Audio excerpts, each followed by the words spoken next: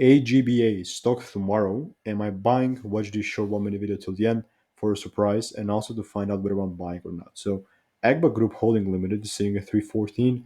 It's 0.64% off for the day. So zooming out, you're going to see that what did I mention here is that I'm waiting for my rules to be met for me to be bullish. And I'm going to explain what that means right now. But to give you context, I'm using my strategy and system that's previously given me thousands of wins in 2023. So with AGBA, I said that the only way that I'm really buying here, because I'm bullish in everything, and this is only for now and not forever. So I was waiting for the price to tap first into my zone, which is only this when this happens is when my rules are met. So there's no point for me to force anything else other than just waiting for my rules, because this is what I've tested for 20,000 videos and that has worked for me. By the way, I've documented everything on my YouTube channel. So for a 100% free course, check the first link in the description. It has 14 5 stars out of 14 ratings. See you in the next one. A lot of value there.